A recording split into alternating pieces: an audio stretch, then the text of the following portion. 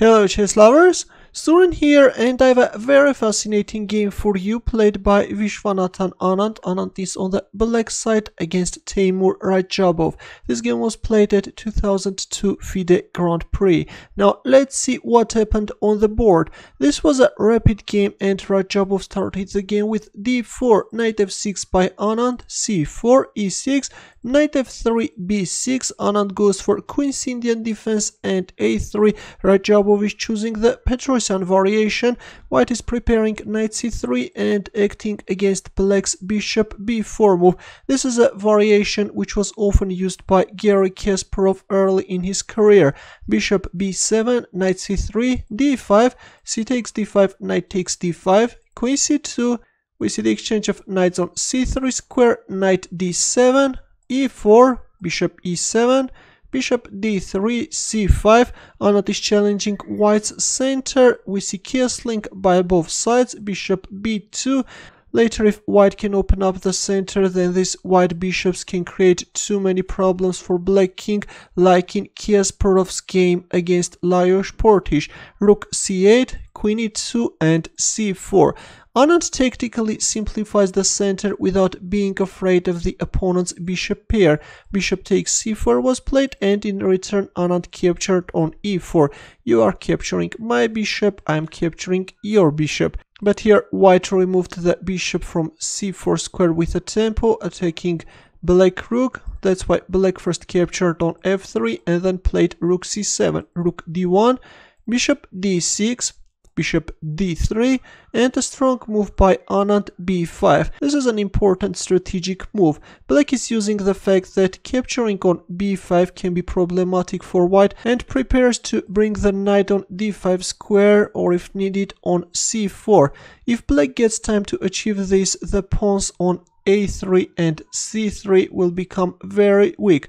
Rook e1, but let's have a look. What if bishop takes b5? Then black can play queen b8. If queen e2, then rook b7, and if c4, then bishop takes h2 and then a6, and actually black has a very pleasant position. Let's go back in the game. After b5 we see rook e1, a6, black is strengthening his pawns on the queen side, and a4, white is challenging black's pawn structure. Actually, this is a nice attempt to derail black's strategy, though in the game we will see that in the end the passed a pawn turns out to be a menace. B takes a4 was played, c4 and queen b8. Well, instead of queen b8, actually bishop b4 followed by a3 could have given black better chances, but in the game after c4 we see queen b8. The queen is occupying this open b file. Bishop a1, now comes rook d8 and rook e4. This is an aggressive move. White wants to bring his rook on the king's side, but later it turns out that the rook is misplaced. Knight f6, rook h4, bishop e7, rook h3 and h6. Black is preventing any ideas of bishop takes h7 followed by queen h5. That's why he's playing h6. So far so good, but in this position Radjabov made a mistake and played rook b1, which allows Anand to go for a breathtaking combination and turn the a-pawn into a hero. Instead of playing rook b1, it was better to play rook g3. If rook d7, then bishop c2. The players have equal chances, but in the game after h6 we see rook b1, and now you can pause the video and try to find Anand's next move. Ready? Well, as you can see, the queen on b8 square is hanging, but instead of moving it away, Anand played rook takes c4. The idea is that if bishop takes c4, then the bishop is no longer protecting the rook and black can capture on b1. But at the same time, by playing rook takes c4, Anand sacrificed his queen and Radjabov accepted the sacrifice. Rook takes b8 is on the board. Now comes rook c1 check. Black is simply using the back rank weakness. Bishop f1 and rook takes b8. With major pieces off sides, white's position is lost, though right now black has only a rook against a queen.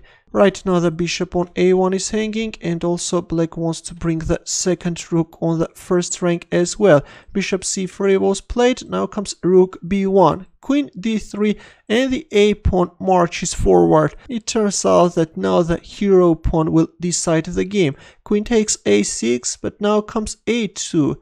g4, white is opening up a loop for the king, but it turns out that it's too late. Here Anand landed another heavy punch, and this time captured on f1.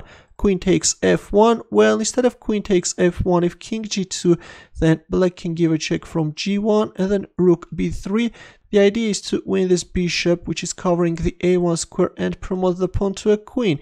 If king e2, then simply rook takes c3. If rook takes c3, then a1 queen, and the game is over. Or after king e2, rook takes c3. If queen takes a2, then after rook takes h3, again black can easily win the game. Black has very active rooks, 2 extra pieces. The game is over, white can show no resistance. But in the game after rook takes f1 check, we see queen takes f1, and now comes the knight e4. The knight is also joining the attack, and this is going to be catastrophic.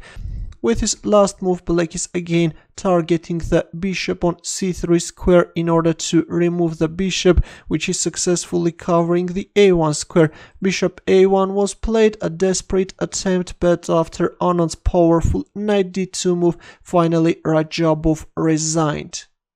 Black is actually winning white queen, and the game is over. There is not much white can do. A very impressive game, I think. Anand's combination was actually very impressive. He dared to go for that queen sacrifice, got only a rook against a queen, but his powerful passed pawn on the a file, whom we call the hero, managed to decide the outcome of the game. Thanks for watching. Here are more suggestions for you. For more games, consider subscribing to my channel. I will see you in the next video.